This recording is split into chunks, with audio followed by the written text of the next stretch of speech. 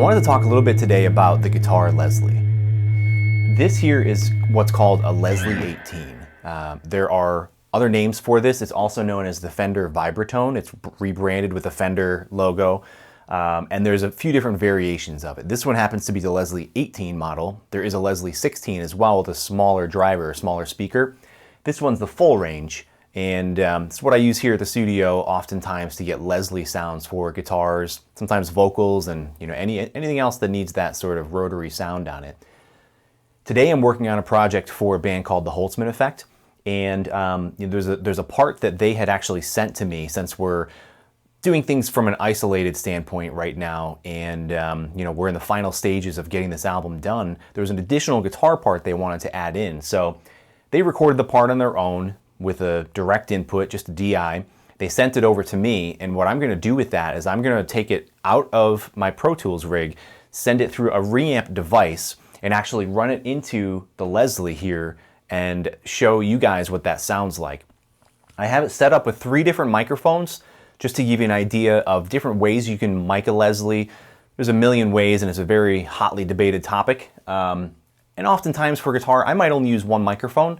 I think that sounds pretty good. But if you wanted a stereo effect on it and wanted to have sort of that Doppler left to right speaker effect, you can use 2 microphones on the sides, one on the top, one on the sides, a couple different variations of that. But what I'd like to show you guys today is likely what I plan on doing is using one microphone, and I'll show you what all 3 mics sound like by themselves and also in combination.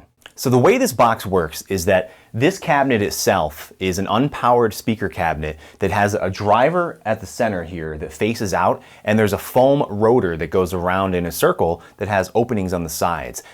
The sound is dispersed through that rotor and comes out in whatever direction those openings are in, and that's what gives it the rotary Doppler effect.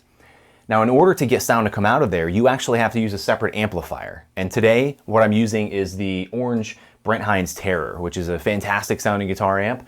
But I thought before I showed you what it sounded like in the control room, I'd show you what it sounds like here in the room, just turning the volume up a little bit.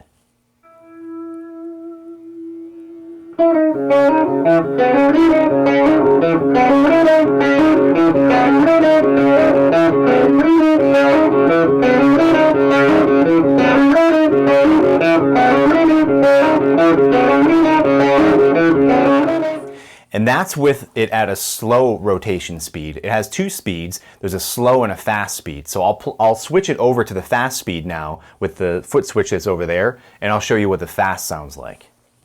Okay, now it's on the fast speed for the rotation of the speaker, and I'll turn the volume back up so you can hear again. This is a pretty iconic sound that you've probably heard before and not quite known what it was, but it's a guitar Leslie. You'll hear it on Black Hole Sun by Soundgarden. You'll hear it on Cold Shot by Stevie Ray Vaughan and so many other songs.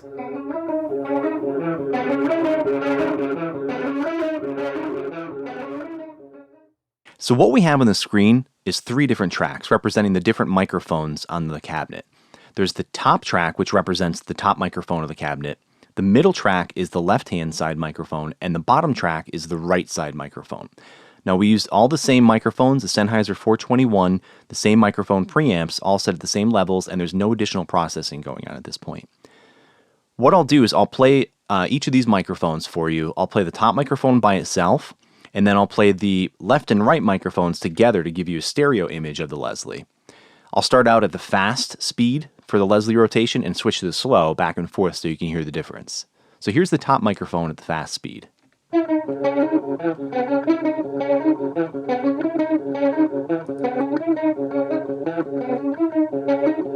And here's the slow speed.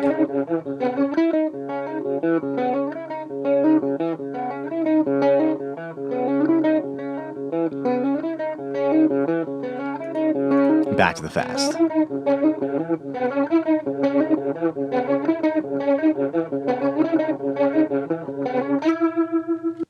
Now what I'll do is I'll play the left and right microphones together to give you the stereo representation of the Leslie cabinet. We'll start out again with the fast speed.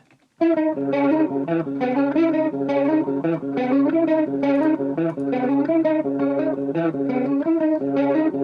to the slow speed.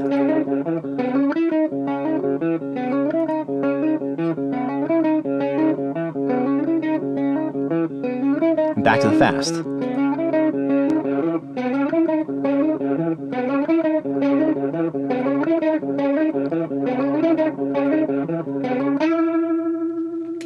One of the really cool things, you know, that I noticed in doing this is that you can get a really good visual representation of what's happening with that rotor that turns inside the Leslie cabinet just by looking at the 3 different microphone inputs on the screen, or the 3 different wave files.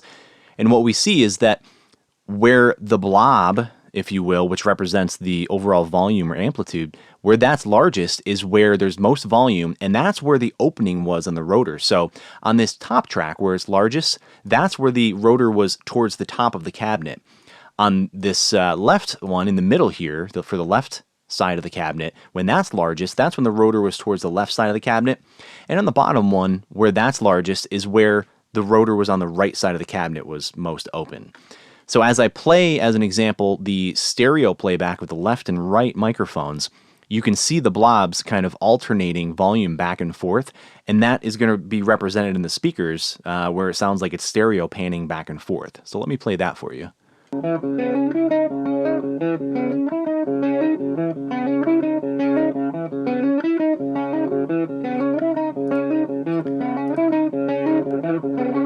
It's a lot harder to catch when it's going as fast, but it's still there.